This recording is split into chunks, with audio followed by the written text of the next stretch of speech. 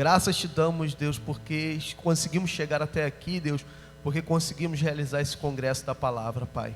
Cremos, Pai, que Tu está na direção de tudo, Pai, que tudo que tem acontecido aqui, Senhor, tem sido movido por Ti, Pai. Mas como os nossos corações estão felizes, Jesus, porque estamos conseguindo falar da Tua palavra, Pai.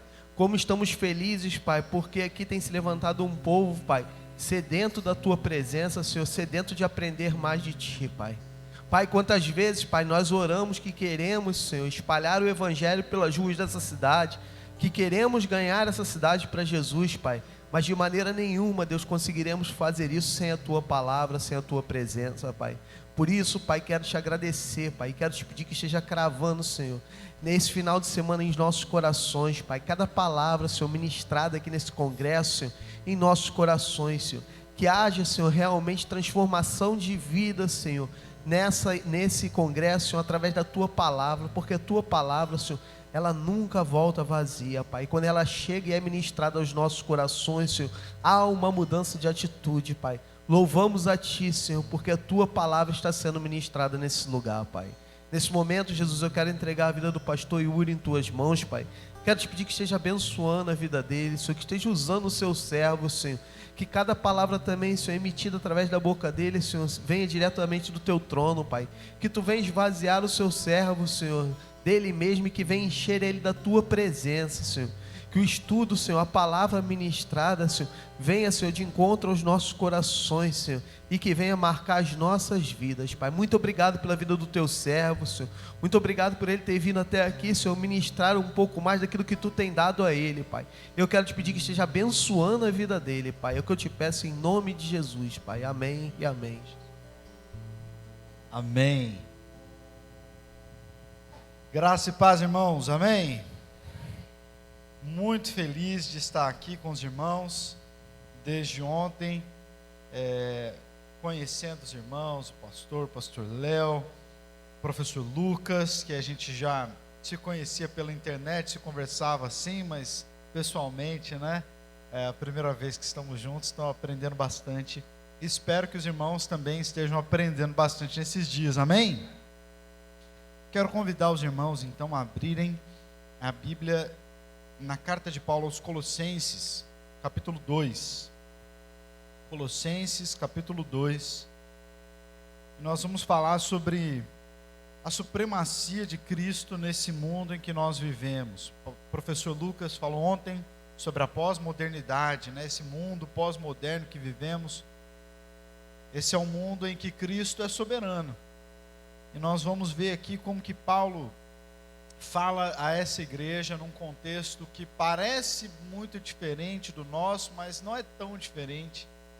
Como que a igreja deve se apegar à mensagem do Evangelho, a mensagem cristocêntrica, que coloca Cristo no centro, porque Cristo é supremo, Ele é soberano, a palavra de Deus nos aponta para isso. E essa é a resposta que nós temos que dar para as questões que nos afligem hoje em dia.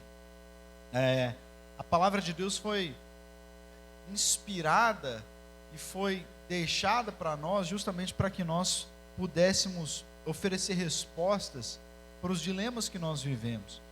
E aqui nós vemos Paulo falando com irmãos de uma igreja que ele não plantou, irmãos de uma igreja que ele não conhecia pessoalmente, que estavam sendo afligidos por vários enganos, vários falsas narrativas. Então Paulo escreve a esses irmãos de modo a dizer para eles o que era o centro, o que deveria ser o centro da sua fé. E aí então trouxe a eles explicação, refutação àqueles falsos ensinos, e o ensino que mostrou que Cristo é supremo sobre todas as coisas. Então Colossenses capítulo 2, nós vamos ler juntos do versículo 1 até o versículo 15, e depois nós vamos destrinchar um pouco, né, pouco a pouco esse texto. Mais tarde nós vamos falar sobre outros temas que são relativos a esse, a importância da teologia para o discipulado, mas eu creio que começar com essa mensagem da supremacia de Cristo vai ser muito importante para nós. Colossenses 2, versículo 1, nós lemos assim: quero que vocês saibam que eu estou lutando por vocês, pelos que estão em Laodiceia e por todos os que ainda não me conhecem pessoalmente. Esforço-me para que eles sejam fortalecidos em seu coração, estejam unidos em amor e alcancem toda a riqueza do pleno entendimento, a fim de conhecerem plenamente o mistério de Deus, a saber, Cristo. Nele estão escondidos todos os tesouros da sabedoria e do conhecimento. Eu digo isso para que ninguém os engane com argumentos que só parecem convincentes. Porque embora eu esteja fisicamente longe de vocês, em espírito estou presente, e me alegro em ver como vocês estão vivendo em ordem e como está firme a fé que vocês têm em Cristo. Portanto, assim como vocês receberam Cristo Jesus, o Senhor, continuem a viver nele, enraizados e edificados nele, firmados na fé, como foram ensinados, transbordando de gratidão. Tenham cuidado para que ninguém os escravize a filosofias vãs e enganosas, que se fundamentam nas tradições humanas e nos princípios elementares deste mundo, e não em Cristo. Pois em Cristo habita corporalmente toda a plenitude da divindade, e por vocês estarem nele, que é o cabeça de todo poder e autoridade, vocês receberam a plenitude. Nele também vocês foram circuncidados, não com uma circuncisão feita por mãos humanas, mas com a circuncisão feita por Cristo, que é o despojar do corpo da carne. Isto aconteceu quando vocês foram sepultados com ele no batismo, e com ele foram ressuscitados mediante a fé no poder de Deus que o ressuscitou dentre os mortos. Quando vocês estavam mortos em pecados e na incircuncisão da sua carne, Deus os vivificou com Cristo. Ele nos perdoou as transgressões e cancelou a escrita de dívida que consistia em ordenanças e que nos era contrária. Ele a removeu, pregando-a na cruz, e tendo despojado os poderes e as autoridades, fez deles um espetáculo público, triunfando sobre eles na cruz do Calvário. Amém? Queridos, tem muita coisa para se falar sobre esse texto, muitos ensinamentos. Eu gostaria de fazer um panorama sobre as razões, os motivos pelos quais Paulo fala o que fala a esses irmãos e fazer alguns paralelos de como aparentemente esses problemas que aconteciam na cidade de Colossos são problemas distantes de nós, mas na verdade eles ainda se manifestam e são bem parecidos com o que nós vemos hoje. Em primeiro lugar, essa cidade, a cidade de Colossos, era uma cidade importante no mundo antigo. Na verdade, nessa época em que Paulo escreve, ela já estava perdendo muito da sua importância. Ela já tinha sido uma cidade mais rica, tinha tido mais influência, era uma das grandes cidades da região da Ásia, né? Onde é a gente fala Ásia, mas é a nossa atual Turquia. Juntamente com Laodiceia, com Hierápolis e com a cidade de Éfeso, Colossos era uma cidade de certa importância. Paulo não esteve nessa cidade, ou pelo menos não fundou essa igreja.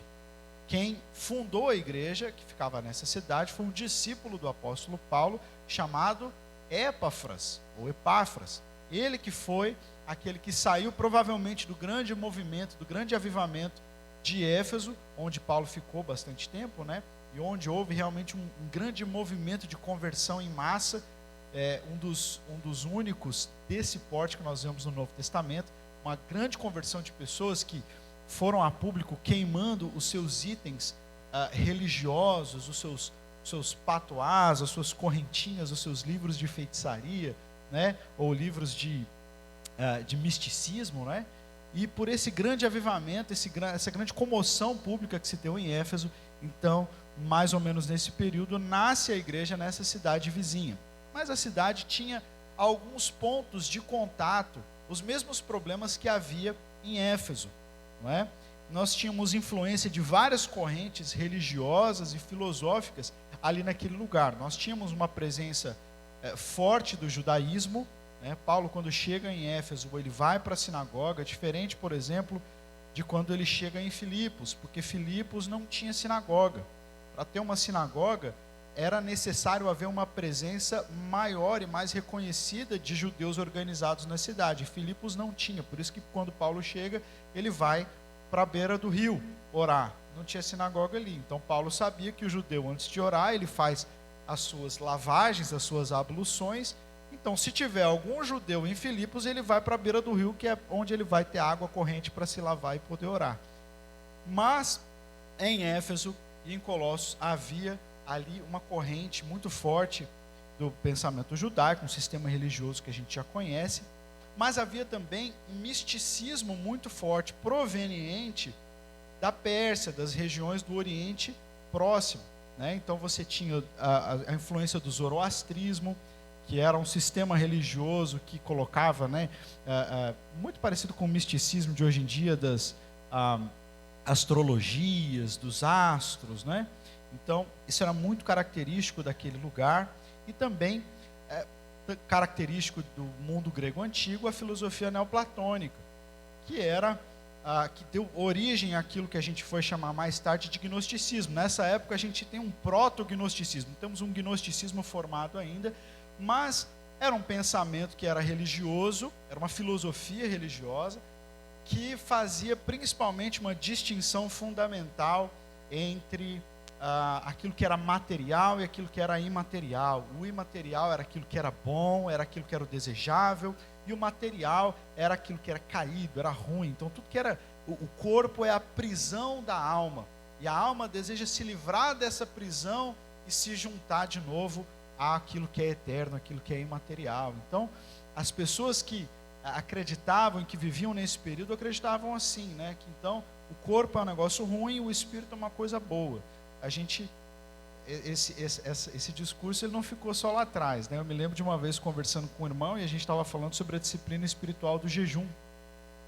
E a gente estava falando do porquê que nós devemos jejuar, por que nós jejuamos hoje em dia, né? E aí ele falou assim: não, pastor, a gente jejua porque a carne, ela é má, né? O nosso corpo, essas vontades que a gente tem, os prazeres, né? O prazer de comer, para ele era uma coisa ruim. E ele falou assim: então o que a gente faz? A gente jejua para a nossa carne ficar mais fraca. Se a nossa carne, o nosso corpo ficar mais fraco, o nosso espírito fica mais forte. Aí a gente consegue ouvir Deus, né? A gente consegue ficar mais santo, a gente consegue vencer as tentações. Isso não é teologia, isso é filosofia neoplatônica. Isso é a guerra entre o corpo que eu falo é o corpo físico mesmo, a materialidade e o espiritual. Então você tem que enfraquecer um para o outro ficar mais forte, né? Isso é o proto-gnosticismo que tinha aqui em Colossenses. É de você diminuir o corpo em prol daquilo que é imaterial, né? E aí eu falei: olha, irmão, na verdade Deus criou o nosso corpo. Nosso corpo não é uma prisão, nosso corpo não é mau. O que é mau é a nossa natureza pecaminosa, mas Deus não nos criou com a natureza pecaminosa. Não é verdade? A fome, a comida são coisas boas que Deus criou para nós também. Então não existe nada errado em sentir fome ou comer um bom salgado de camarão e apreciá-lo. Porque Deus fez o nosso corpo para isso. A gente glorifica a Deus comendo, né? Por que nós jejuamos? Nós jejuamos, Jesus disse, né, que viriam dias em que o noivo seria tirado, que os convidados do casamento não poderiam jejuar enquanto o noivo estava com eles. Mas dias viriam em que o noivo lhe seria tirado, naqueles dias jejuariam. Nós vivemos nesses dias em que o noivo nos foi tirado, Jesus não está aqui. Então nós jejuamos para quê? Para estar com o noivo. A gente jejua para a gente ter mais tempo com quem a gente ama, para ficar com ele. Não é porque existe um certo balanço ou desbalanço espiritual, não.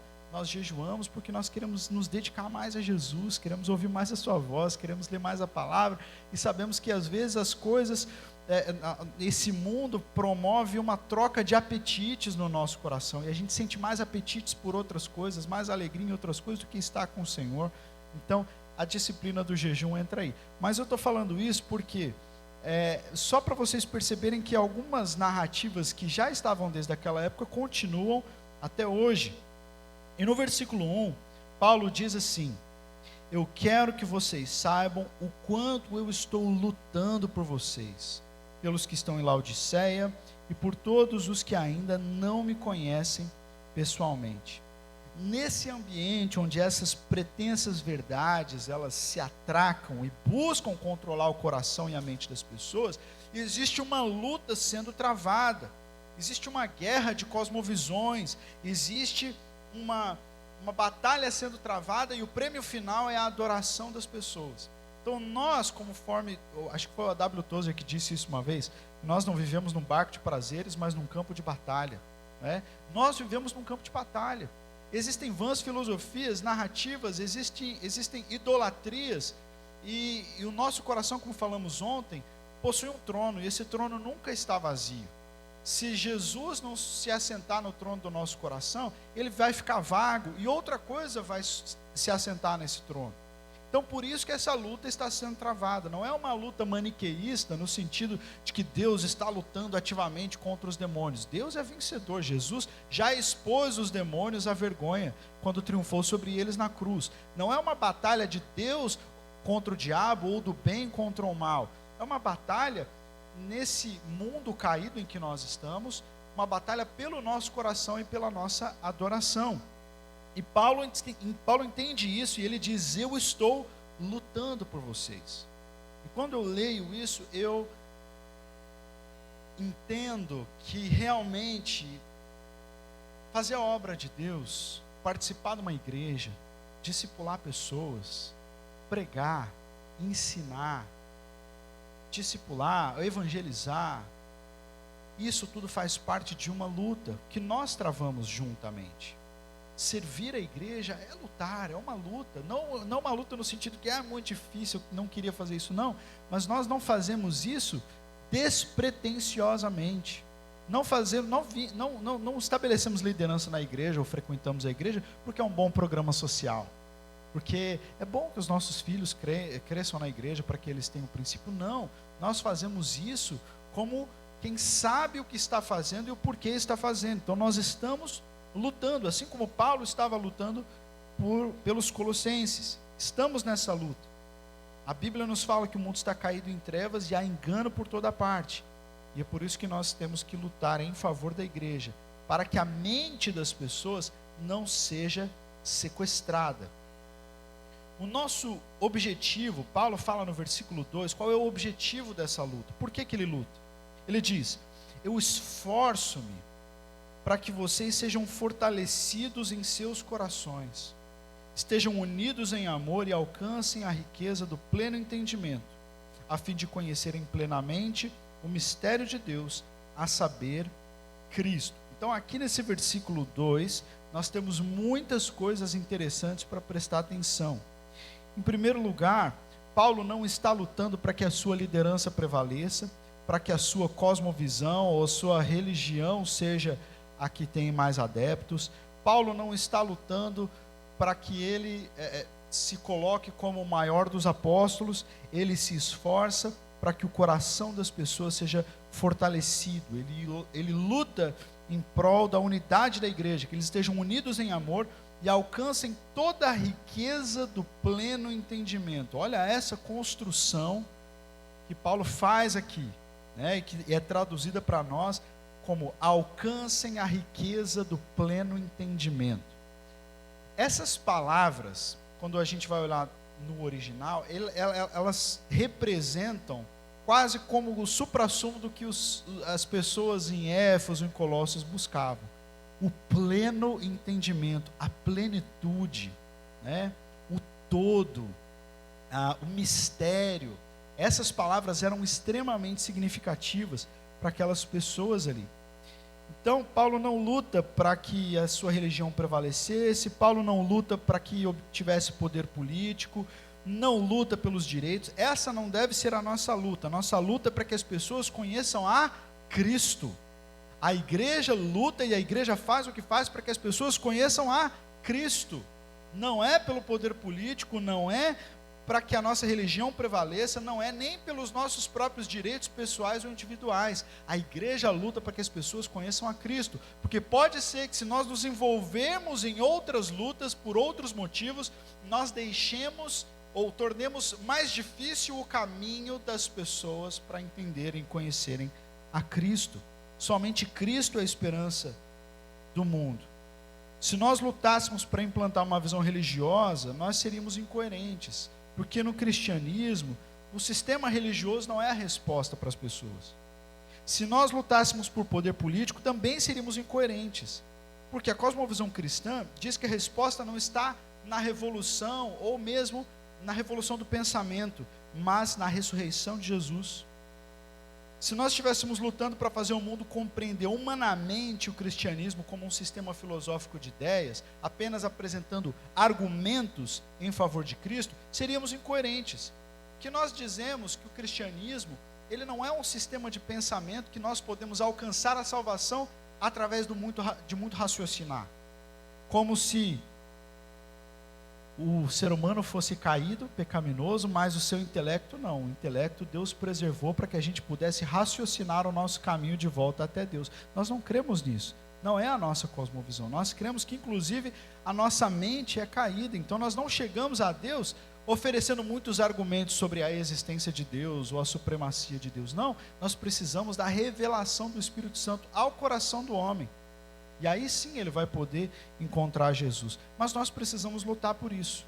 Precisamos saber qual é a nossa luta. E aí no versículo 3, Paulo resume, né, essa luta mostrando a supremacia de Cristo sobre toda religião e todo o sistema de pensamento. Nele estão escondidos todos os tesouros da sabedoria e do conhecimento. Essa escolha de palavras é uma escolha intencional, porque os judeus buscavam a verdade através da sabedoria, colocavam foco na sabedoria. Os gregos buscavam a verdade através do conhecimento. E Paulo fala: em Cristo estão escondidos os tesouros, tanto da sabedoria quanto do conhecimento. Tudo que judeus e gregos buscam está escondido em Cristo. Uma outra coisa interessante é que quando Paulo usa a palavra mistério, né, aqui em Colossenses ele usa também na carta aos Efésios, ele faz o uso desse termo de uma maneira muito propositiva, muito intencional, porque nesses lugares haviam as religiões antigas, religiões de mistério que vinham da Pérsia, né? E nessas religiões de mistério, elas eram realmente misteriosas, né? E a revelação máxima do mistério, só algumas pessoas que tinham. As pessoas tinham que repetir orações, elas tinham que fazer uma série de rituais esotéricos para tentar alcançar qual é a revelação do mistério. E algumas pessoas, os iniciados, não conseguiam saber qual era o mistério, mas aqueles que já eram iniciados há mais tempo, alguns alcançavam a revelação do mistério. Então, as pessoas viviam em torno dessa expectativa do mistério que não é revelado. É por isso que Paulo usa tanto essa palavra. Paulo faz um sequestro etimológico, ele sequestra a palavra que era tão desejada, tão usada naquela cultura, e lá em Efésios, por exemplo, ele fala assim: então, o mistério que esteve oculto desde o início dos tempos. Aí eu imagino que quando o pessoal estava lendo a carta de Paulo lá, e chegou nessa parte, aí todo mundo parou assim, ficou... Ele vai falar do mistério. Aí ele fala: pois é, ele foi revelado a mim.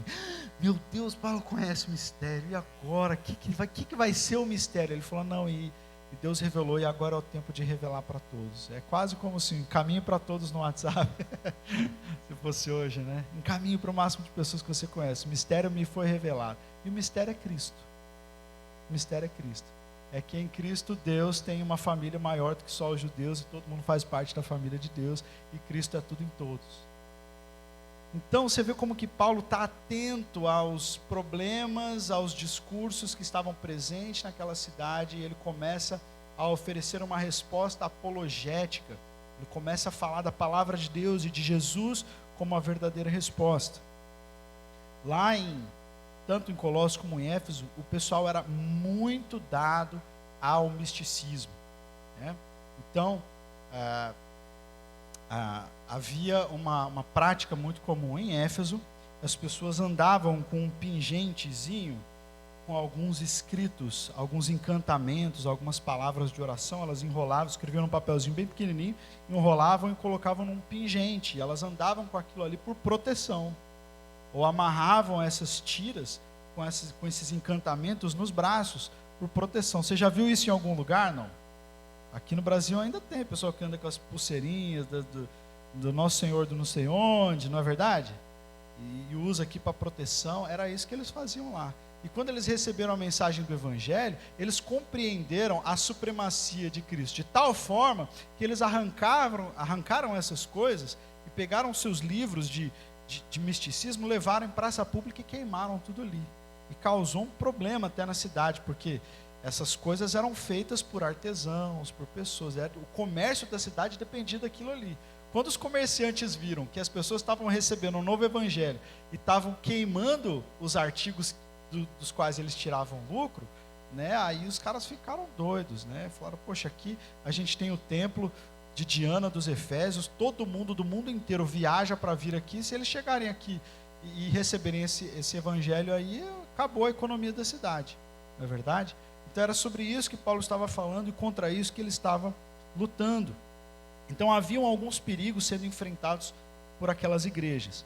O primeiro perigo que a gente vê no versículo 4, ele diz assim: eu lhes digo isso para que ninguém os engane com argumentos aparentemente convincentes. Então o primeiro perigo ali para os colossenses eram argumentos aparentemente convincentes. A tradução dessa palavra é a palavra pitonologia. Ela era usada pelos escritores clássicos para descrever um raciocínio provável, um argumento onde tem um raciocínio provável, mas ele é oposto à demonstração. É a enrolação. É o argumento que parece muito bem construído, mas ele não tem fundamento. Eram os sofismas, aparentemente convincentes, mas que não se sustentam. Então, como é que funciona a lógica? A lógica aristotélica, dedução lógica aristotélica.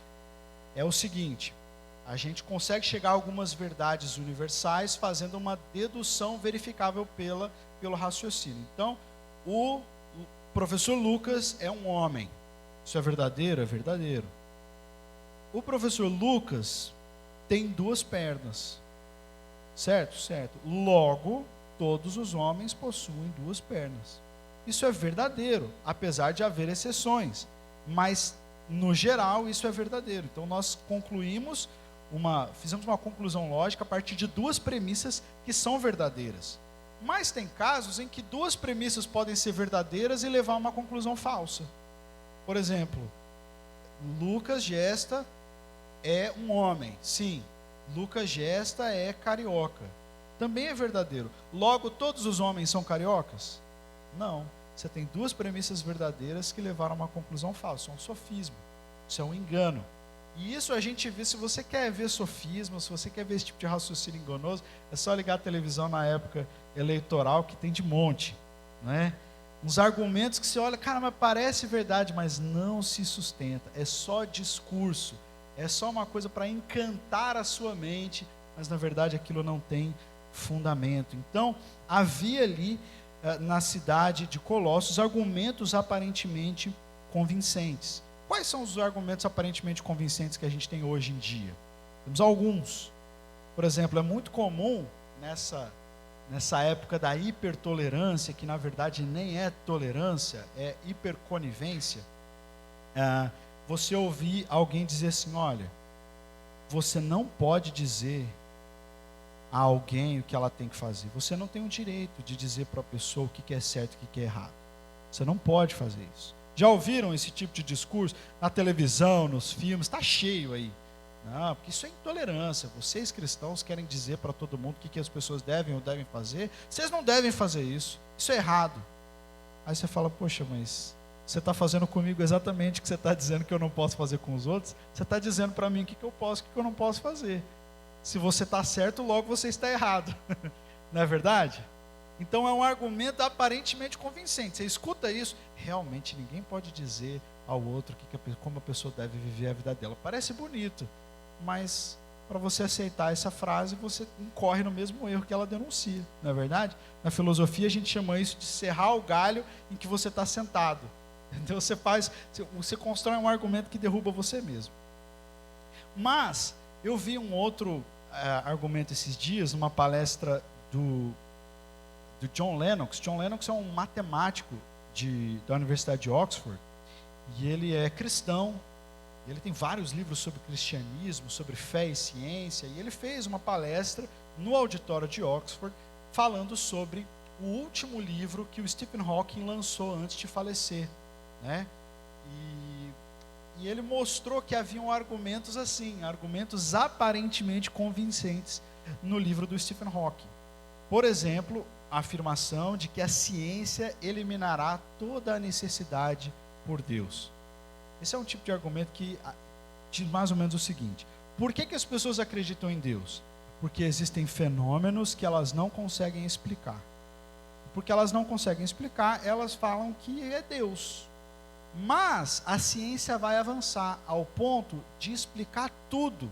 E quando a gente souber as causas naturais de todas as coisas que acontecem, nós não teremos mais a necessidade de Deus. Um exemplo que eles usam para isso é que antes da gente saber do ciclo da água, né, que a água evapora, se condensa, depois chove, que isso é um ciclo natural, as pessoas achavam que a chuva era simplesmente um sinal da bênção de Deus, e a seca era um sinal da ira. Então, se está faltando chuva, é porque Deus está irado com a gente. Então, a gente tem que orar e fazer a dança da chuva, porque daí chove. Então, a gente achava que todo o processo de plantio, e no mundo antigo isso funcionou em todos os povos, era um processo altamente teológico. Hoje a gente sabe que ele é científico. Quer dizer que não é Deus que manda a chuva, gente? Claro que não, né? Mas enfim, o que o John Lennox estava dizendo era o seguinte: isso não se sustenta, porque a ciência não explica o porquê das coisas. A ciência pode explicar o como as coisas acontecem, mas não as suas razões últimas. Ele até fala de uma analogia interessante, que é a analogia do chá. Por que a água ferve na chaleira? Já ouviram esse argumento? Se você tem uma água fervendo na chaleira e alguém pergunta, por que a água está fervendo na chaleira?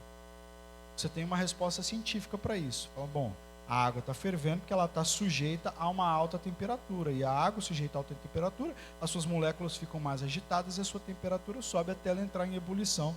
Numa condição de atmosfera normal, né, de 1 atm, ela ferve em 100 graus Celsius. Essa é a resposta científica do porquê a água ferve na chaleira. Mas você pode responder de outra forma. A água ferve na chaleira porque eu vou receber visita e eu estou fazendo chá. É por isso que ela está fervendo na chaleira. É uma resposta do porquê e não como a água ferve, da intenção final. Então a ciência, ela não oferece resposta para as grandes questões da vida. Ela não vai eliminar a necessidade por Deus. Nós sempre teremos perguntas existenciais a serem feitas, que a ciência não vai responder. Então, nós vivemos num tempo em que a nossa juventude, o mundo, todos nós estamos sujeitos a esse tipo de argumento que parece ser verdadeiro, mas é falacioso. Existem filosofias, nós vemos no versículo 8, que causam escravidão. Enquanto os argumentos causam engano, né, as falsas filosofias causam escravidão. Ele diz: tenham cuidado para que ninguém os escravize a filosofias vãs e enganosas, que se fundamentam nas tradições humanas e nos princípios elementares deste mundo, e não em Cristo. Então Paulo está falando agora não só de alguns argumentos isolados, que são usados para nos enganar, mas de sistemas complexos de pensamento, sistemas religiosos, filosofias, ideologias que escravizam a pessoa por completo. E nós também temos isso hoje, ou não temos? Filosofias, religiões, ideologias que causam escravidão. Paulo fala de filosofias que se fundamentam nas tradições humanas. Então a gente pode pensar aí em religiões que eram passadas desde a antiguidade, e aí inclusive o judaísmo entra, como nos princípios elementares deste mundo, que eram aquelas filosofias que eu falei para vocês, mais místicas, né? Eles falavam dos princípios que fundamentavam o mundo e tal. Essas filosofias, esses sistemas complexos de pensamento, eles eram opostas à palavra da verdade. A palavra que Paulo usa aqui para engano é uma palavra que significa mais literalmente sequestro. Sequestravam a mente das pessoas e desviavam essas pessoas da verdade a fim de colocá-las na escravidão do erro. A gente já falou de uma dessas filosofias que tinha ali naquela época, que era esse proto-gnosticismo, as filosofias neoplatônicas. Eu vou falar de gnosticismo, mas de uma maneira mais geral. No gnosticismo a gente tem várias emanações de divindade, né? Jesus era apenas uma das emanações divinas, e tinha aquele dualismo de corpo e alma. Será que a gente tem gnosticismo hoje em dia? Pode nos enganar? Temos muito gnosticismo hoje em dia. Um filósofo, me fugiu agora o nome, até o final eu lembro, mas ele falava muito sobre as raízes gnósticas do pensamento moderno e pós-moderno, né? E ele aponta várias coisas. Uma delas, que nós percebemos hoje em dia, de maneira muito patente, é esse dualismo corpo e alma nos discursos identitários, nos discursos transgenderistas, né? Quando uma pessoa diz, olha, eu nasci homem, mas estou preso num corpo de mulher, e eu preciso dar vazão àquilo que é interior, àquilo que é a minha essência, a minha identidade de gênero, ela é diferente do meu corpo me aprisiona, então eu tenho que transformar o meu corpo para ele se adequar àquilo que é verdade no meu interior, porque aquilo que é verdade sobre mim é aquilo que está dentro de mim, não do lado de fora, não é? Então, olha só como o gnosticismo aparece hoje em dia, nesse dualismo de corpo e alma, onde a alma é superior e o corpo é inferior, e eu posso inclusive ferir o meu corpo. Naquela época, né, as pessoas inclusive faziam aquelas automutilações para ferir o corpo, para reduzir o corpo ao pó, para que então o espírito ficasse mais elevado. Nada mais do que está acontecendo hoje em dia, né? Então o corpo ele tem que obedecer à alma, ou a sua identidade interior, sendo que na verdade no evangelho, e tem muito crente aplaudindo isso, na verdade quando a gente olha para o evangelho e para a doutrina cristã da criação, Deus nos criou seres integrais, tanto o nosso interior, a nossa parte imaterial, o nosso espírito, quanto o nosso corpo, e ambos são criação boa de Deus, e na ressurreição Deus ressuscitará os nossos corpos. Vai ser um problema para as pessoas que acham que estão presas no próprio corpo, né? Porque na ressurreição é esse corpo que vai ressuscitar, se elas se encontrarem com Cristo, né? Mas, olha só, esses enganos que estavam assolando a comunidade ali dos Colossenses também estão à nossa volta hoje. E como é que nós respondemos a todas essas coisas? Nós respondemos com a mesma resposta que Paulo deu, conhecendo a Cristo. Se nós conhecemos a Cristo, se nós conhecemos a Cristo, quem Ele é, quem nós somos nele, se nós conhecemos a obra que Ele realizou na cruz do Calvário, e nós nos abrirmos ao Evangelho, todas essas questões são colocadas nos seus devidos lugares. Paulo diz, pois em Cristo habita corporalmente toda a plenitude da divindade. E aí Paulo ataca frontalmente essa ideologia que minimiza o corpo.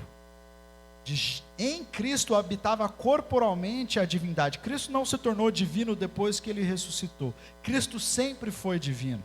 Que existem inclusive heresias atuais que falam isso, né? Que Jesus se tornou filho unigênito de Deus só depois que ele ressuscitou.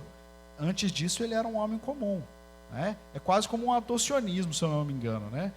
Então, Cristo viveu uma vida boa, foi até a morte, foi obediente, agora Deus o exalta. Então, não. Paulo está dizendo, em Cristo habitava corporalmente a plenitude da divindade. Cristo era plenamente Deus em seu corpo, por isso nós não podemos desprezar o corpo.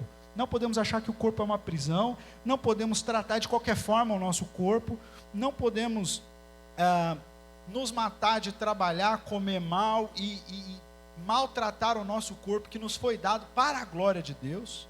Precisamos ter uma boa teologia do corpo, porque o corpo foi criado por Deus, e em Cristo habitava corporalmente a plenitude da divindade. Ele diz: e por estarem nele, por vocês estarem em Cristo, que é o cabeça de todo poder e autoridade, vocês receberam a plenitude. Então, a plenitude, a palavra pleroma, né, era uma palavra importante para eles, representava a totalidade de todo conhecimento, de toda prosperidade, de toda sabedoria, e essas pessoas buscavam a plenitude da prosperidade, da sabedoria, do conhecimento fora de Cristo. Paulo está dizendo: não, em Cristo vocês já têm todas essas coisas. Em Cristo vocês já têm todo o poder espiritual que vocês necessitam para vencer o maligno. Vocês estão em Cristo, vocês estão numa posição de vitória. É interessante isso, ele diz: nele vocês foram circuncidados com uma circuncisão feita, não feita por mãos humanas, mas a circuncisão feita por Cristo, que é o despojar do corpo da carne. Ou seja, vocês não precisam mais se sujeitar ou se submeter a rituais de purificação, como era a circuncisão, né? Na verdade não era um ritual de purificação, mas de identificação com uma determinada religião, porque aquilo que te torna santo não é o que acontece no exterior do seu corpo, mas aquilo que te torna santo é o que acontece no interior do seu coração. E se você está em Cristo, Cristo já operou uma obra dentro de você que nenhuma religião ou nenhum ato exterior vai poder melhorar. Amém? Então você está em Cristo, você já recebeu a plenitude, você já recebeu o perdão dos pecados, você já recebeu a vida eterna, você já recebeu o Espírito Santo, você não precisa andar com medo, você não precisa andar cabisbaixo, você está em Cristo.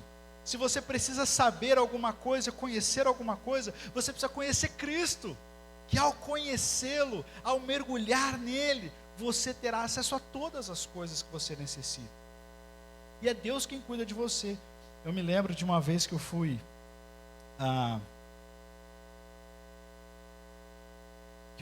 visitar uma pessoa da nossa igreja. Na verdade, assim, um irmão da nossa igreja me chamou e falou assim: pastor, eu queria que o pastor fosse visitar minha irmã. Ela é muito afligida por espíritos malignos. Ela já veio aqui na igreja muitas vezes e já até aceitou Jesus, batizou numa outra igreja lá, mas ela é muito opressa, ela está passando por um período assim, ruim da vida, queria que o pastor fosse lá. E aí eu fui. Nós andamos, era bem distante assim do centro da cidade. Chegamos lá. Aí a moça estava visivelmente perturbada, né? E eu falei: fala um pouquinho para mim da sua vida, por que você está precisando de oração. Ela falou: sabe o que é, pastor? Sabe, eu sou de Jesus, mas eu tinha um namorado, né, que a gente estava morando juntos, vivendo juntos já. Aí eu falei: começou bem, né? E a gente vivia assim, mas aí eu comecei a ver que ele estava ficando estranho. Ele estava ficando estranho, estava ficando violento. E aí um dia, de repente, ele saiu de casa. E eu descobri que era uma ex-namorada dele, que fez um trabalho para ele voltar para ela. Aí ele voltou. Aí ela disse assim: aí o que eu fiz?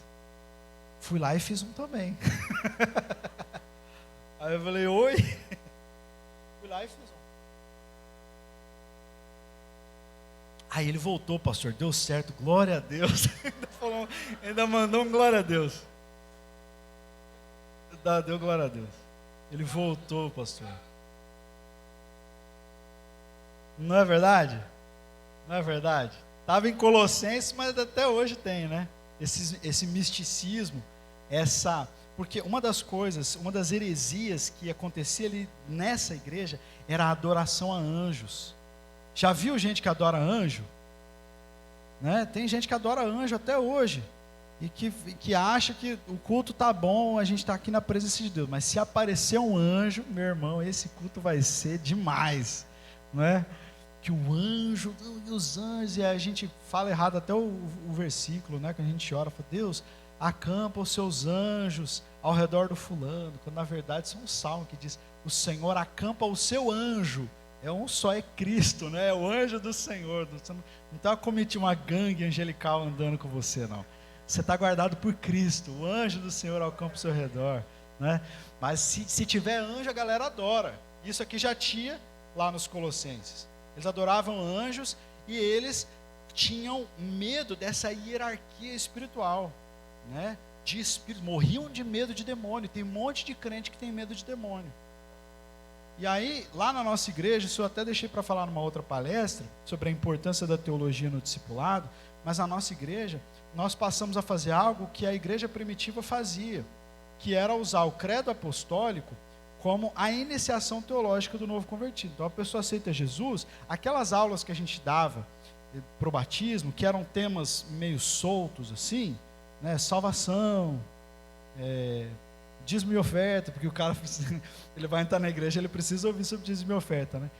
A gente selecionava alguns temas, eu falei assim, não, vamos usar o credo apostólico. Então, a primeira aula, creio em Deus Pai, Todo-Poderoso, Criador dos céus e da terra. Essa é a primeira aula, porque ele precisa saber que nós cremos em um Deus que é Criador dos céus e da terra. Não existe nada que não foi criado por Deus. E se não há nada que não foi criado por Deus, não existe nada que foge ao domínio de Deus. Não existe nenhum espírito, nenhum demônio que consiga passar por cima do domínio de Deus, porque Deus é Criador dos céus e da terra, de todas as coisas que nele existem. Então, se você entender que você está em Deus e Ele é o Criador de tudo, irmão, acabou o medo de demônio. Só que essa irmã não tinha passado por essa aula, né? Ela estava. Então, aí eu fiz o trabalho e ele voltou. Aí, pastor, sabe o que aconteceu? A menina ficou irada, ela foi num outro lugar e fez um trabalho mais forte ainda. Um trabalho muito forte. Ela falou assim, pastor, eu acordava de noite com a cama balançando assim, ó.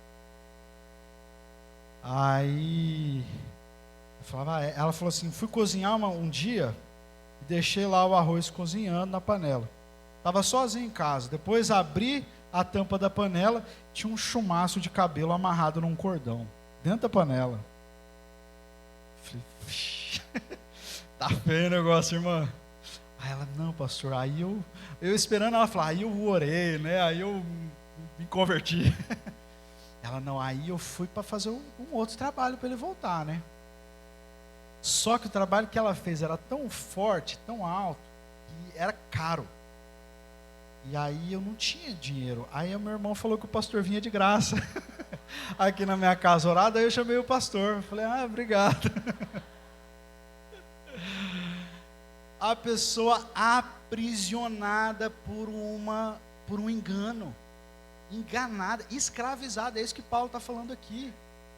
A mente dela foi capturada e agora ela estava servindo a demônios. E olha que era uma pessoa que tinha ido à igreja, tinha recebido o evangelho, tinha se convertido, tinha se batizado. Que conversão e que batismo foram esses? Né? Que não ensinaram o credo apostólico, não ensinaram que Deus é Criador dos céus e da terra, de todas as coisas, que ela não precisa ter medo dessas coisas, não é? Aí eu falei, irmã, fiz igual Paulo escrevendo para os Efésios. Falei, irmã, eu tenho um segredo sobre esse trabalho aí. Aí ela, quase que ela falou, o senhor faz? Eu tenho um segredo. Irmã, tem uma palavra que ela quebra toda a maldição. Eu vou te ensinar essa palavra. Eu vou te ensinar essa oração. E essa palavra você já conhece. É o nome de Jesus. Falei, irmã, a irmã precisa conhecer Jesus, a irmã precisa se entregar a sua vida verdadeiramente a Jesus, entender que isso que a irmã está fazendo é pecado, isso é feitiçaria, Deus abomina, isso tem nada a ver com Jesus, não precisa dar glória a Deus por nada que vier disso aí. A irmã precisa entregar a sua vida a Jesus, confessar o Senhor Jesus como seu Senhor, como seu Salvador, e realmente crer nele de todo o seu coração, e abandonar essas coisas. Aí, irmã, não tem praga que pega. A mulher pode fazer, ela pode descer lá no inferno, fazer o trabalho lá, não pega, irmã, que sobre você vai estar o sangue do Cordeiro. E aí você está livre. E aí você vai estar livre para viver uma vida que agrada a Deus, uma vida em que habita a plenitude, que é o que ela queria ser feliz, ela queria ter o marido dela, queria uma família. Essa plenitude que você está buscando nessas falsas ideologias, nesses enganos, está em Cristo. Você precisa de Jesus, irmão. E eu fiquei com ela ali umas 3 horas até ela conseguir pronunciar com seus lábios a sua confissão de fé. e se entregar a Jesus. Ela estava realmente muito opressa por espíritos malignos. Mas graças a Deus, aquela mulher chegou num ponto onde ela confessou o nome de Jesus e ela abandonou aquelas coisas. Hoje ela está feliz, ela vai lá na igreja, está totalmente restaurada, deixou aquele homem para lá, deixou os trabalhos para lá, né? E foi salva. E agora ela não tem medo de demônio, ela não precisa ficar correndo para a entidade, ela não precisa mais ser escrava daquilo que ela era escrava antes. Mas por quê? Porque ela conheceu uma religião? Não, porque ela conheceu Cristo. E em Cristo estão os tesouros da sabedoria e do conhecimento. E Cristo resolveu o gnosticismo dela, Cristo resolveu o platonismo dela, Cristo resolveu a adoração a demônios, Cristo resolveu o zoroastrismo dela, o misticismo dela, Cristo resolveu. Às vezes a gente quer dizer para o mundo, né? Olha, abandone essas coisas, mas é tudo que eles têm, eles precisam de Cristo. Uma vez que Cristo entrar, as outras coisas têm que sair, irmão. Então vamos pregar a Cristo, vamos colocar Cristo no centro do nosso ensino, no centro da nossa pregação. As pessoas precisam saber quem é Cristo, saber o lugar que Ele ocupa. No versículo 10, Ele é o cabeça, Ele é a fonte, Ele é o chefe, Ele é o Senhor de todas as hostes angelicais. Por isso a gente não precisa ficar adorando anjo. Sejam anjos, sejam santos, ou demônios, fora do seu comando, anjos bons não podem ajudar ninguém. E devido a Ele, os anjos maus não podem ferir ninguém. Nós precisamos saber o que temos em Cristo, que é a plenitude. O nosso aperfeiçoamento cristão não vem por meio de ciências ocultas, religiões de mistério ou cultos pagãos. Nós somos aperfeiçoados em Cristo. E precisamos saber o que Ele fez por nós na cruz. Ele nos mudou de dentro para fora. Ele resolveu a natureza pecaminosa que nós tínhamos. Ele nos libertou do poder do pecado. Por isso nós morremos e fomos sepultados no batismo, ressuscitamos vivificados, fomos perdoados para sempre e triunfamos com Ele sobre as potestades. Amém? É por isso que eu não me envergonho do Evangelho.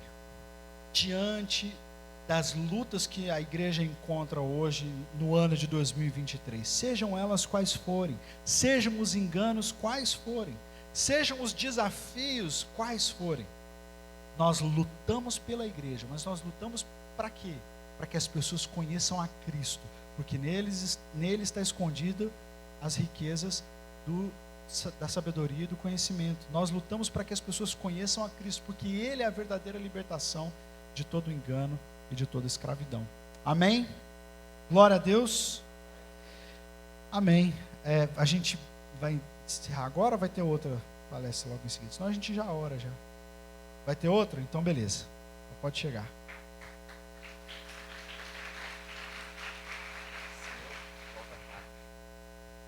Cristo é suficiente, amém, igreja? Glória a Deus.